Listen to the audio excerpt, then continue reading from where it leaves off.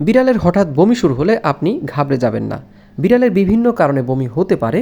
বিড়ালের বমি হলে ঘরোয়া কী কী পদ্ধতি গ্রহণ করলে আপনার বিড়াল সুস্থ হয়ে যাওয়ার সম্ভাবনা থাকে, চলুন জেনে নেওয়া যাক। বিড়ালের বমি হলে তাকে প্রথম ৮ থেকে ১২ ঘন্টা কিছুই খেতে দেওয়া যাবে না, কারণ বিড়ালকে যদি আপনি জোর করে খাওয়ান সেক্ষেত্রে তার আরও বেশি বমি হতে পারে। আপনার বিড়ালের বমি শুরু হলে তাকে আপনি খাবার স্যালাইন, ওআরএস স্যালাইন খাওয়াতে পারেন।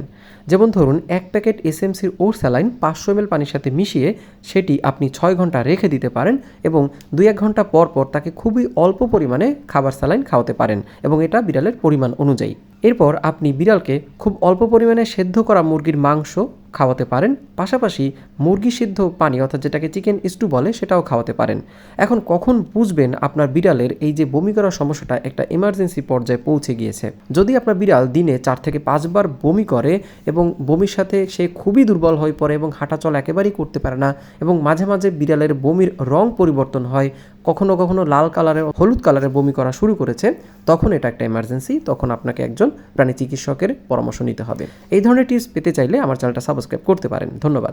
আপনার পোষা প্রাণীর স্বাস্থ্য সুরক্ষার জন্য অনলাইন ভেট কনসালটেশন পেতে আমাদের হোয়াটসঅ্যাপ নম্বরে যে কোনো সময় যোগাযোগ করতে পারেন।